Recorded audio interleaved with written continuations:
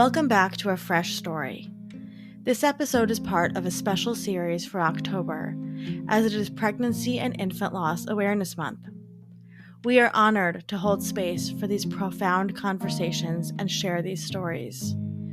These stories may be of grief, but they are also of hope, resilience, and most of all, unconditional love.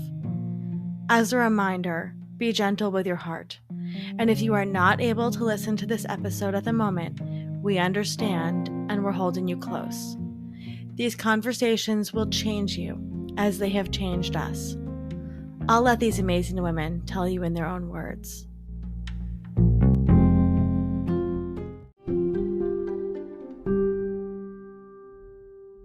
To conclude our season on pregnancy and infant loss, I wanted to make sure that we talked about how to support the people in our life who are experiencing these losses. When I chatted with the experts, I asked them how we can best support people who are experiencing pregnancy and infant loss.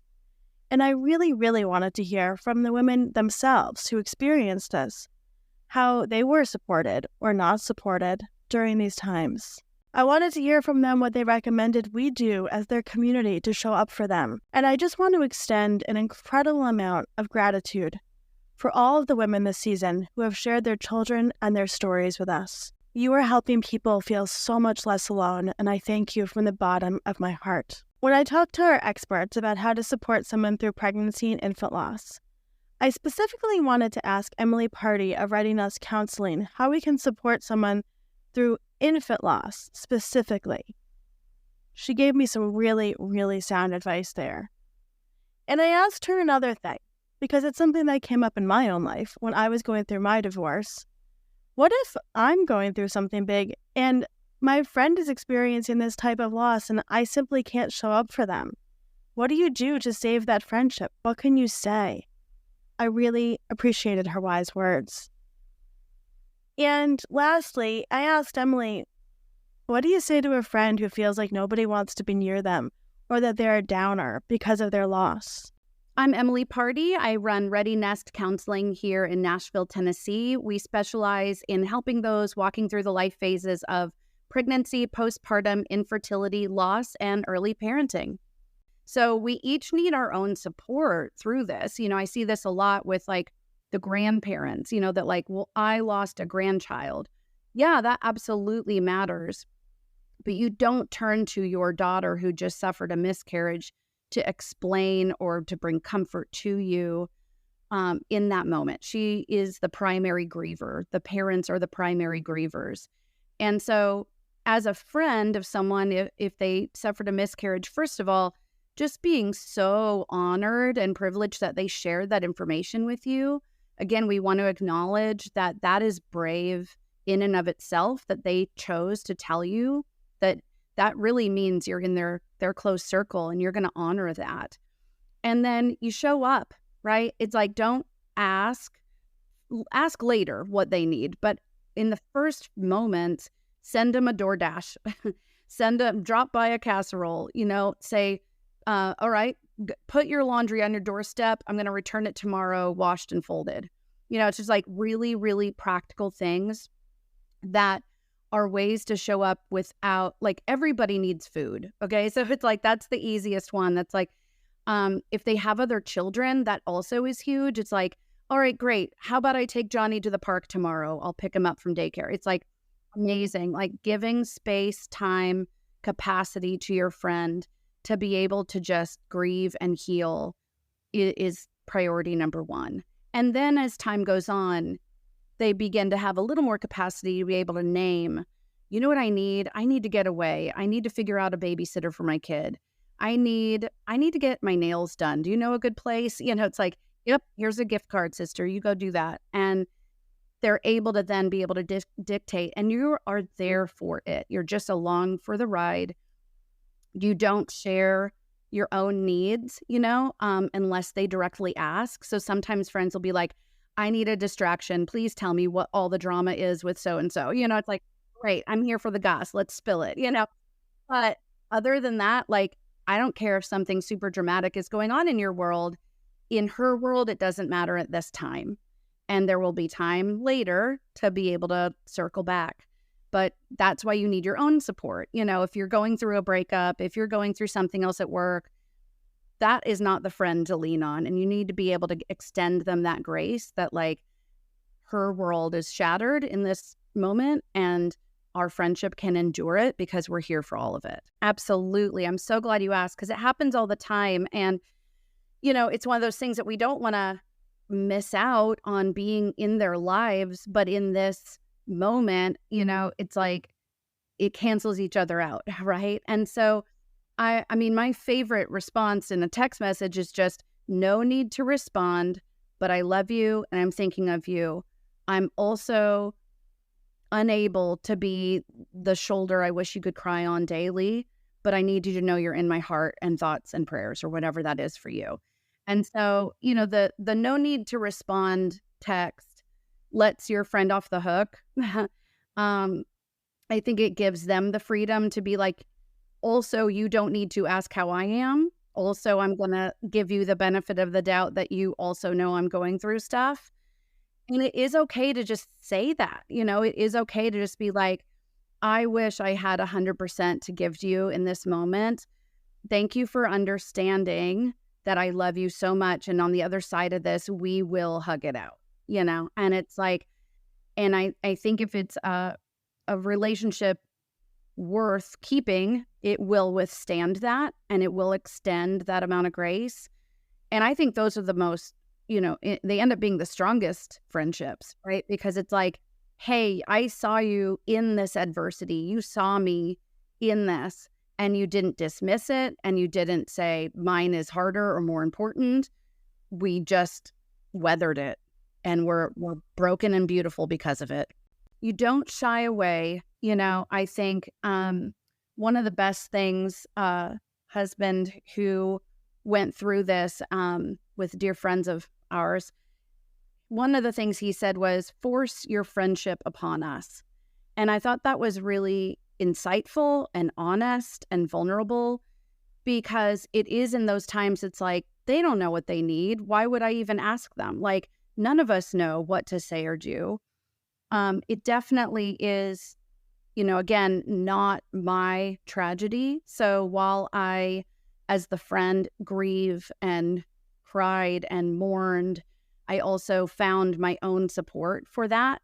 So that then when I came to their house, when I show up for that friend, I'm good. You know what I mean? Like, I'm not great, but I'm okay, and I can then allow them to just feel. And I think it's really important, if you're that friend, to have zero assumptions walking into that friend's home, to just be ready for whatever it is they need. You'll see there's moments of joy and happiness and remembrance and even awkward, jokes because this weird thing happened in the hospital or whatever.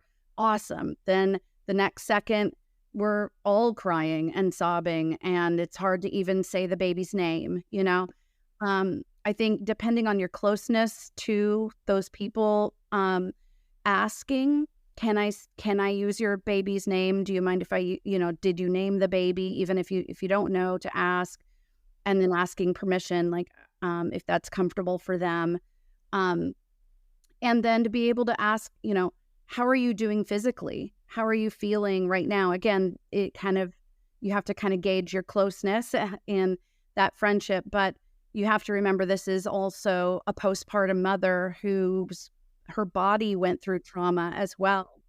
And so to not forget, like, hey, let me buy you some comfy jammies. Let me bring you some ice cream. Let me, the other thing is to start vetting current shows for them on their behalf, because there's a lot of weird downtime that they just need to veg and kind of watch stupid TV.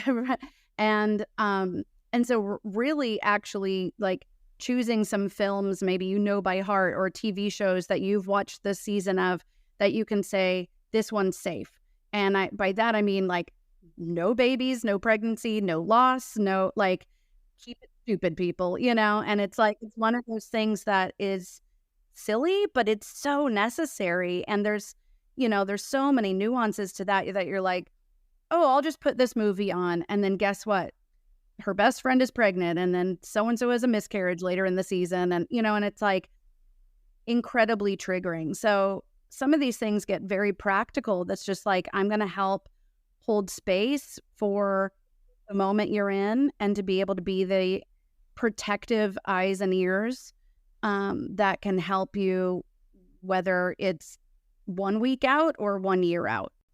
Uh, yeah, I mean, gosh, I think part of it is just that's not true, like I think I think your filter has been clouded because you're sad, and it's that's okay. Like, it's not forever. Of course the loss is permanent, but when I talk to people about grief, and distance, that time is an element in which we live. And so there's going to be distance created by time from the intensity of how it was at first. But it isn't forgetting, it's actually familiarity. And so as you become more familiar with this part of your story, it grafts into your narrative. It becomes part of you. So, if those aren't the people who can see how beautiful this part of your story is, maybe you need new people. And if I'm hearing you say that, it's like, I want to be one of those people for you. It's like, I mean, if you're going to have to deny this part of your life in order to be friends with a person, I think you need different friends, and often, sometimes, I mean, people always say, like, people come out of the woodwork that you thought you would never even talk to them about something so vulnerable. And other people fall away because they aren't understanding, or they don't know how to show up for you. And that's, again, kind of part of the human experience, that we need to like adapt to what we need when we need it. Hi, I'm Catherine Aguirre. I am a women's health physician assistant. Like any other type of grieving, it's a really hard thing to go through. I think supporting your friend any way you would support them through a grieving process is helpful. Any kind of personal experience you have with it would be good to share. In addition, supporting them with a little bit of a care package or a dinner, something that will help take their mind off what happened, like walking with them or taking them out for coffee, just anything that could help distract them, but also, allow them time and space to share their feelings with you. Hi, I'm Katie Huey Harrison. I am the founder of Undefining Motherhood. I think the best thing we can do to support someone is to validate their experience, whatever that experience is, and be willing to sit with them in whatever they're feeling. So most of the families I personally work with at Undefining Motherhood are grieving. Normally, those are the people who come to me because that was my personal experience. And so that is what I talk about. And if someone is grieving, you need to understand that you can't fix it. You can't bring their baby back.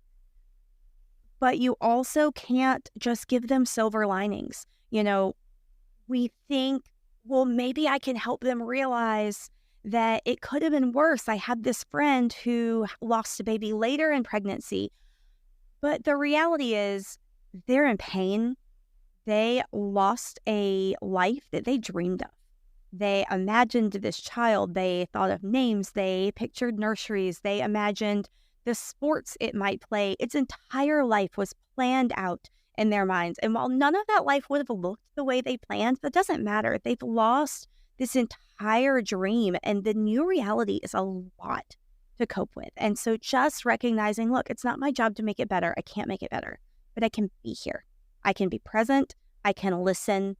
And really, the thing I would add to that is meeting people where they are and allowing them to dictate what is going to support them without just saying, hey, how can I help? Because no one knows how you can help, right? That's a lot of work for us to figure out. But what I will do is I will say, I'm going to make you dinner. Would Tuesday or Thursday be better? And then when they pick a day, I say, if I don't know what they want to eat, okay, I could make any of these 3 things. Which one sounds good? And then when it's time, I say, hey, I'm going to drop this off on your porch because I don't want you to have to meet me. And that way, if they want to, they can open the door, they can welcome me in, they can give me a hug, we can talk, we can have that commiseration, but I'm not forcing myself on them. I'm trying to allow them the chance to make everything on their own terms. And I think that's the best thing we can do. And if you can't be set with someone physically, if you can't go to them and give them that hug or put the thing on their porch, sending them a kind message, sending them a gift, just letting them know that you're thinking of them is really the best thing that we can do. Hi, I'm Sarah Baroud. I am a therapist and social worker practicing in Massachusetts. The best way that I think to support someone who's going through a loss, such as a miscarriage, is to simply be there for them and really focus on what they are asking for or what they are experiencing in their own words, in their own day-to-day, needs. Just because you might have gone through this or you might expect that they need something, it might not be the case for them. So ask what they're looking for. Offer, whether it's food or company, or if they have other children, be there for the other children. Let me take them out for you. You can offer all these things. And really, if you're questioning, just be there for them. Just be present is really the best thing. If you're feeling like, I don't know what to say, I don't have the right answers, then don't say anything. Just listen. Just be there, and they can share their story.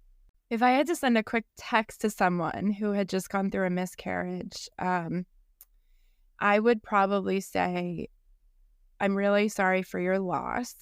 And I would say that because I want to acknowledge their loss, that it is a loss. Oh, some people don't even, do that. So I would say, I'm really sorry for your loss. I am here for you always. I will check in a few days. No need to respond.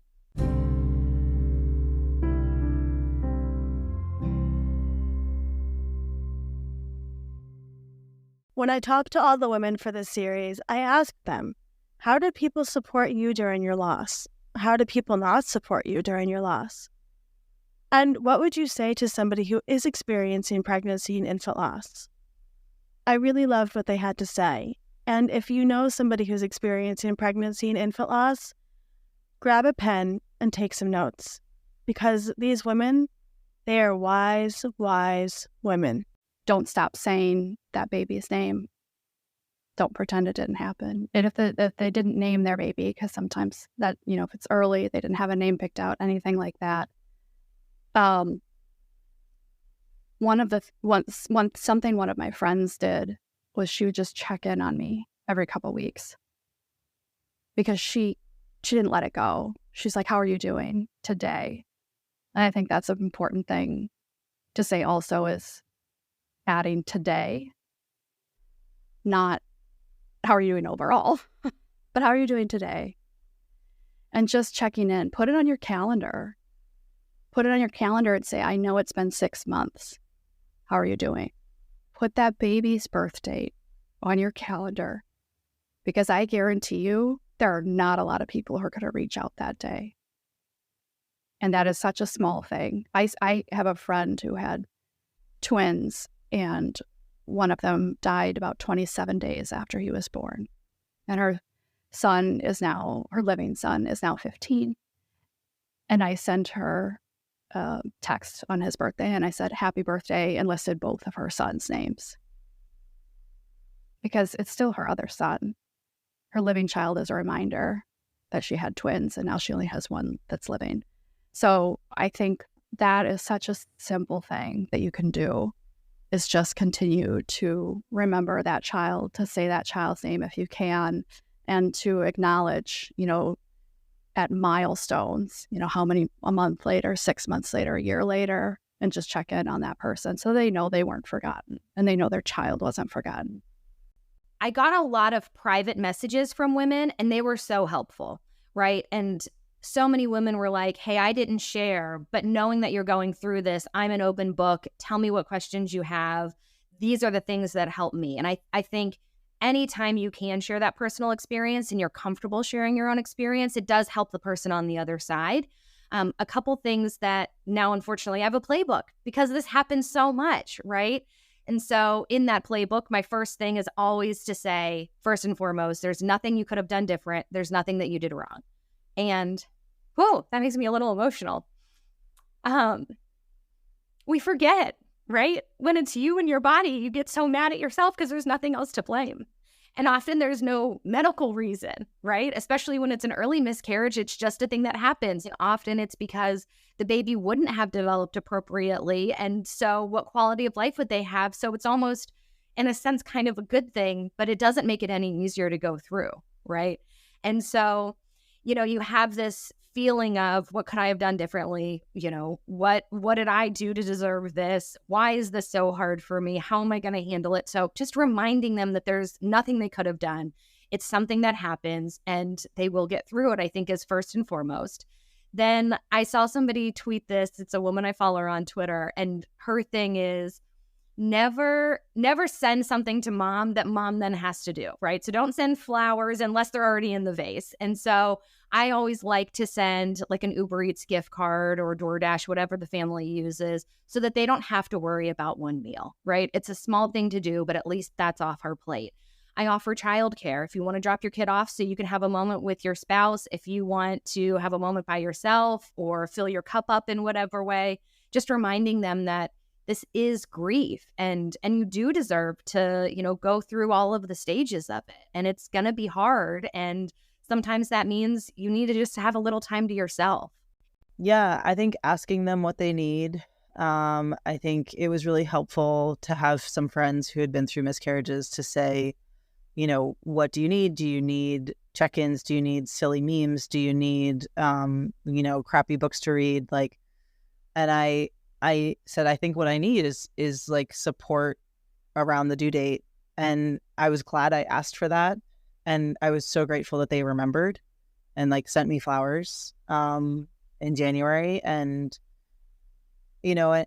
those are women I've been able to connect with around their own pregnancy losses and how do we navigate baby showers? How do we navigate celebrating people's pregnancies when we've experienced pregnancy loss?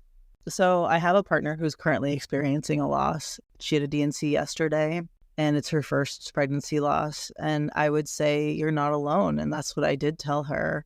It's not to sort of do the misery poker thing where it's this is my sad story. Let me tell you about my sad story. It's really this is common. You're okay. You have support, and this we're here, and it's hard and it's emotional and it's sad. I don't know. I want to say too, people always ask me whenever someone in their family or one of their friends is going through this, they always want to know a perfect gift. And I don't think there's really a perfect gift you can give in this situation. What I always tell them is, you just got to be there for them. Even when you think you're being annoying, you have to just keep on reaching out. And even if you just go there and you just sit beside them, that's going to make all the difference because they know that you're there. Just never stop checking in on them. Put that date in your calendar and remind yourself to call them every year on that date because they're going to be thinking about it every day. But if you make the effort and just show that you care enough to remember that date, then that's going to do more than any gift would ever do. Yeah, absolutely. So, it's so interesting because pregnancy loss can feel so private. And this is one of the things that you're trying to change, right? Is that we are talking about this, but it is understanding that someone going through a pregnancy loss, an infant loss, is, as we talked about, going through both the physical and emotional journey of someone who has been in a terrible accident, right? And lost someone that they love. There is a physical and emotional component to this that makes that support complicated. So if you're using Give in Kind, you might set up a support page for them, thinking about how to meet their needs all day long. We had a meal train set up for us that was for dinners, but it took my best friend realizing, oh, you're not eating unless there is food at your doorstep. So I am going to bring you breakfast. I am going to make sure that you have coffee in your house, that you have the staples that you need. So thinking about the fact that someone going through the loss of a child probably doesn't want to leave their home. How can you get them not just hot meals to eat, but the staples that they need to not have to leave? Thinking about other kids, in some ways, I say we were fortunate that it was our first child that we lost. I didn't have a toddler at home. I cannot imagine what families go through, of whom I've known many, right, who have lost their second, third, or fourth child. So taking kids out of the house, thinking about play dates, thinking about walking pets, thinking about taking the trash cans to the curb, right? There are so many ways that we can support people that is not monetary, that is not food, that makes a huge difference. And so for me, that would be when you're thinking about setting up a Give in Kind page, when you're thinking about offering support as a community to someone who is going through the loss of a child, it would be to think about every need that they may have in the next 30 days and how can their community come together to relieve that burden from them. Just be a really good friend. Understand they might not answer your text, or they might, even send them a text to say, hey, I'm here if you need to talk. You don't need to answer this, or thinking of you, or I love you, or hey, when you're feeling better, why don't we grab brunch, or why don't we go for a hike? Don't put pressure on the person, because I honestly didn't want to leave my bed for 2 weeks. Be a good friend, be a good listener. Understand they might tell you the same story 12 times, because it's just such a mind trip, the whole experience. As a person, I would say no one told me this, and this is kind of weird, but I wish someone would have. Okay, if you go through a miscarriage, this is the most practical advice I can give anyone. Order black granny panties from Amazon and throw them out when you're done. Buy a 10-pack. Trust me, you need them, because every time I mean, this is a little bit gory here, but because I bled for so long, every time I went to the bathroom, I would see blood and I would be re-traumatized. So black gross underwear that you want to throw out when you're done, actually, I swear when I did that, 2 weeks into it, it was a game changer. And it did, I mean, nothing helped, but that actually helped a little bit. And then when everything is done, just buy yourself cute new, buy the cute underwear, buy the cute lingerie. If you have clothing you wore when you found out and you don't want to wear it, just throw it out. It's totally fine, because I had to do that. Whatever I wore to the hospital, I don't even remember what it was, but I remember I kept seeing it in my closet and I just threw it out. I'd like to say that, if you feel like no one understands you during this time, or if you're uncomfortable talking about it, which is totally normal, by the way, there's no right way to deal with this. There's no right way, there's no wrong way at all. Whatever makes you feel better is what you should do.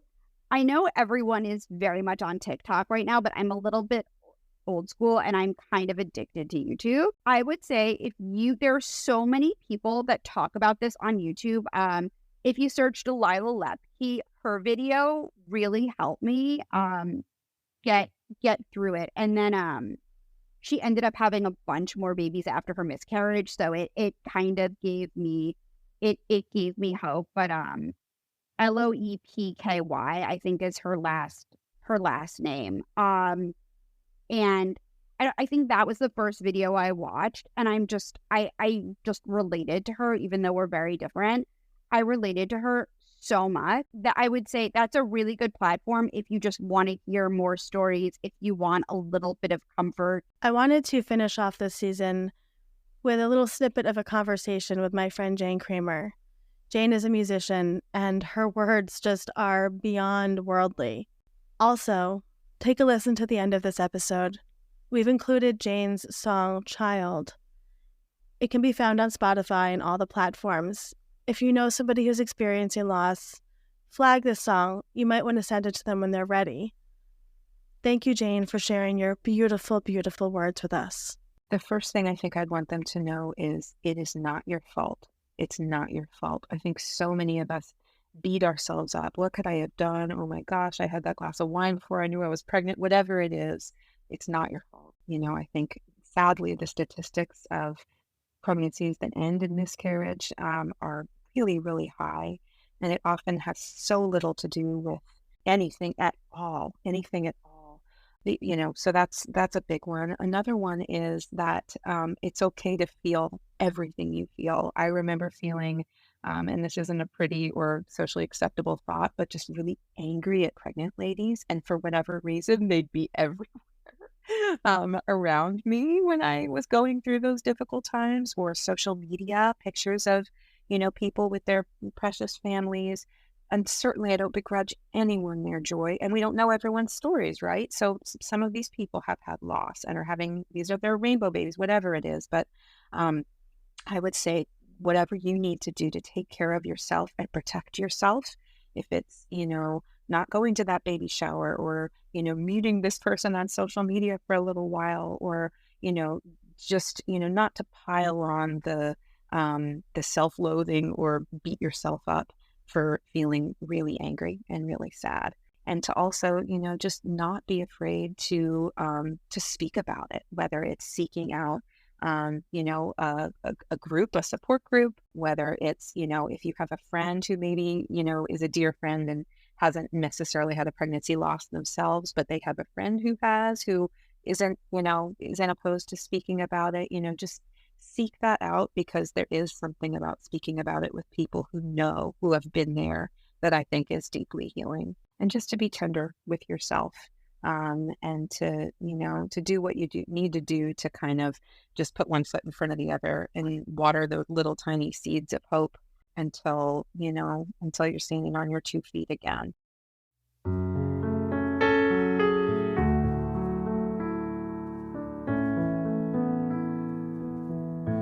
I didn't name you, but I hoped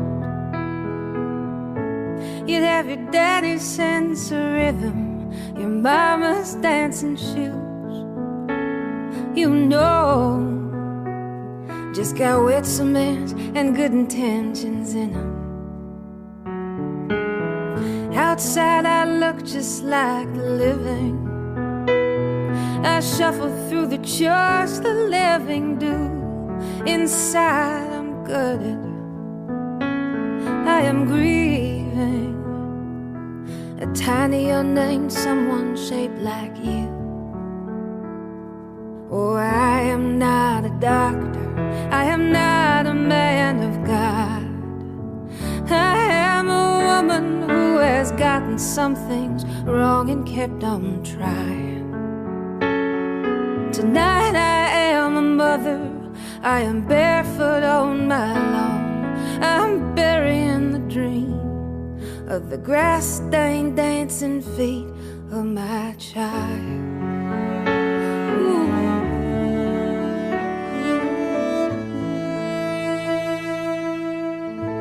I tried going to the ocean. She wrote in foam what I already know. Being human is dancing on a nickel's edge, with equal measures holding on and letting go. And so it's Tuesday, so I'm standing in the grocery checkout line, and life continues like it used to. Across the highway, the school kids kick a red ball at the sky. Oh, I am not a doctor, I am not a man of God. I am a woman who has gotten some things wrong and kept on trying. Tonight I am a mother, I am barefoot on my lawn. I'm burying the dream of the grass-stained dancing feet of my child.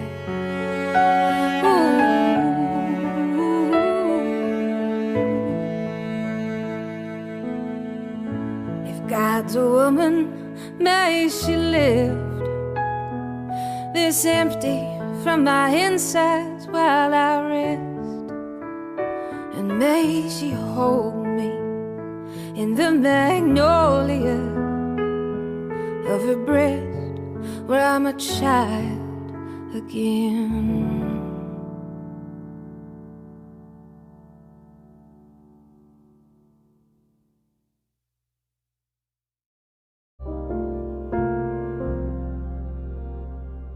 A Fresh Story is produced by Fresh Starts Registry. A heartfelt thank you to all of the women who shared their stories in this special series. And a special thank you to Alex Mooney, who has been our special consultant for these episodes. If you are experiencing pregnancy or infant loss, we hope that these episodes helped you feel a little bit less alone. We love you, and we are holding you close.